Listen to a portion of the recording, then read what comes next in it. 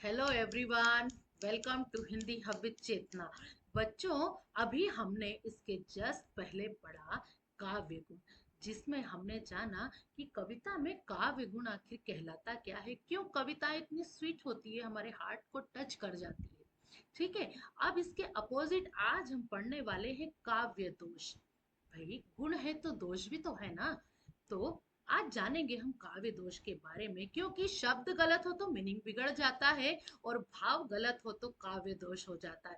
जहाँ कविता की सुंदरताएं कम हो जाती है, समझ लो वहां पर काव्य दोष आ जाए। पोइट्री को और पावरफुल बनाते हैं काव्य गुण, और उसकी सुंदरता को घटाते हैं काव्य दोष।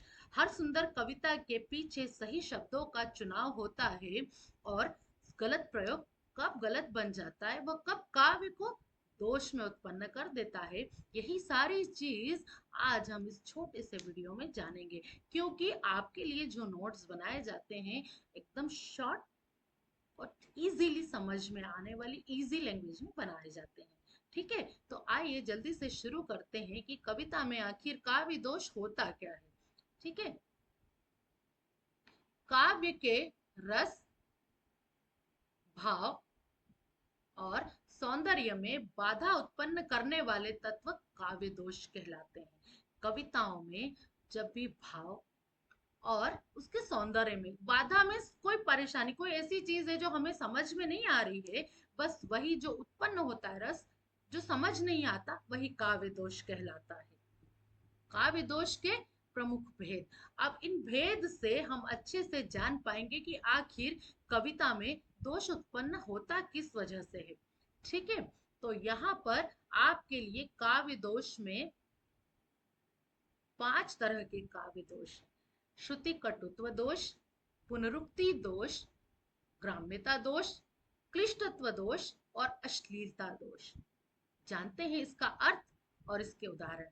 तो श्रुति कटुत्व दोष, सुनने पे जो हमें कैसे लगे, कठोर शब्द लगे।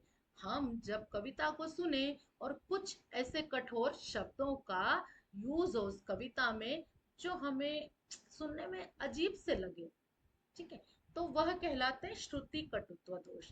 जैसे कि उदाहरण दिया गया है, टक टक टंकार करती तलवार। तो ये जो ट वर्ग है ना हमारा, ये जो कठोर वर्ड की कैटेगरी में आता है, कि कठोर वर्ग होते हैं इसमें।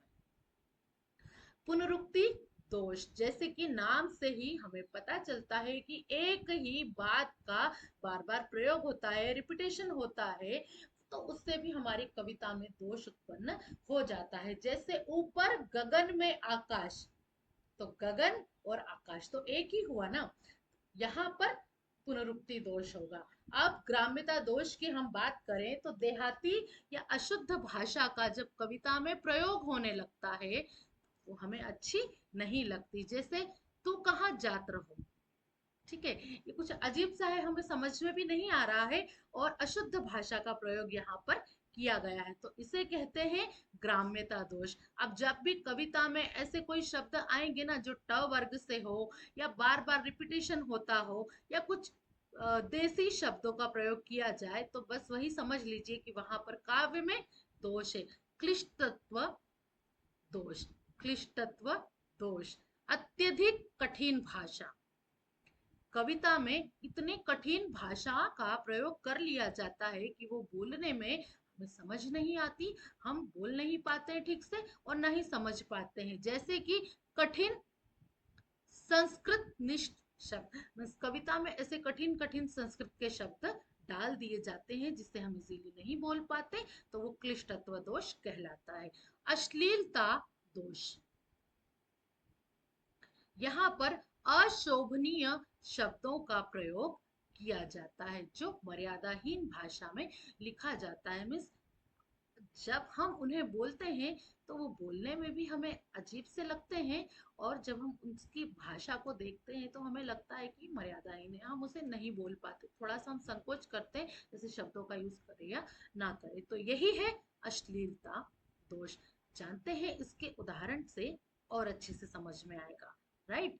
तो यहाँ पर जो पहला दोष दिया गया है, श्रुति कटु दोष, जहां कविता सुनने में कठोर और कर्णप्रिय ना लगे। मीन्स ऐसी कविता जो हम पढ़ें और कुछ कठोर वर्ण बार बार आते रहे, और जो सुनने पर हमारे कर्णप्रिय मीन्स सुनने पर हमारे कानों को अच्छे ना लगे, वह श्रुति कटुत्व दोष कहलाता है।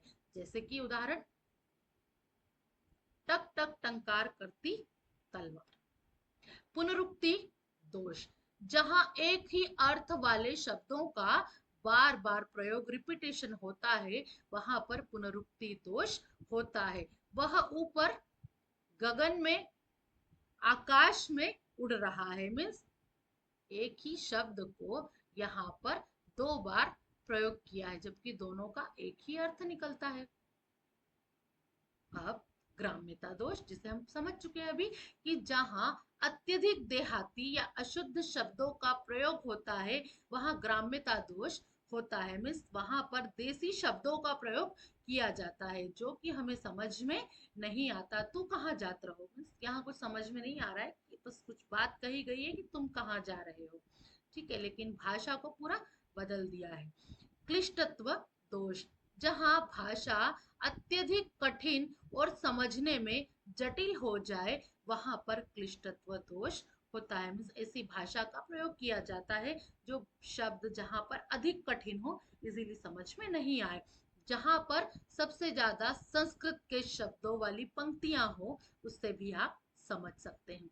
अश्लीलता दोष, जहां अशोभनीय और मर्यादाहीन शब्दों का प्रयोग हो, वहां अश्लीलता दोष होता है। ठीक है, तो परीक्षा हेतु महत्वपूर्ण पंक्तियां, काव्य में रस, माधुर्य और सौंदर्य को नष्ट करने वाले जो तत्व होते हैं, वह काव्य दोष कहलाते हैं। अभी हमने पढ़ा था काव्य गुण, ठीक है, जिसको पढ़ने पर हमें रस की, माधुर्य की, आनंद की और खुशी की अनुभूति होती है, वह काव्य गुण। और जस्ट इसके अपोजिट कर दिया हमने, जहां पर माधुर्य और सौंदर्य को नष्ट करने वाली बात कही जाती, वहां पर काव्य दोष कहलाते। तो याद रखने की ट्रिक्स ये है कि जो कविता का सौंदर्य बिगाड़े, वही काव्य दोष कहलाता है। ये था हमारा छोटा सा टॉपिक, लेकिन एग्जाम में क्वेश्चंस इसी से बनते हैं, और कई बार हम समझ नहीं पाते हैं कि काव्य दोष किस प्रकार का है यहाँ पर, और वहीं पर हम गलत कर जाते हैं। तो बस ये था, मेरी छोटी सी कोशिश थी कि मैं आपको इस वीडियो में समझा सकूं कि काव्य दोष क्या है। तो ऐसी उम्मीद करती हूँ कि आपको बहुत अच्छे से समझ में आया होगा। अब आपको क्या समझ में नहीं आया, आपके कोई डाउट्स हैं, आप मुझे कमेंट्स कर सकते हैं। तो बने रहिए मेरे साथ, आपके अपने channel Hindi hub with Chetna. Bye bye.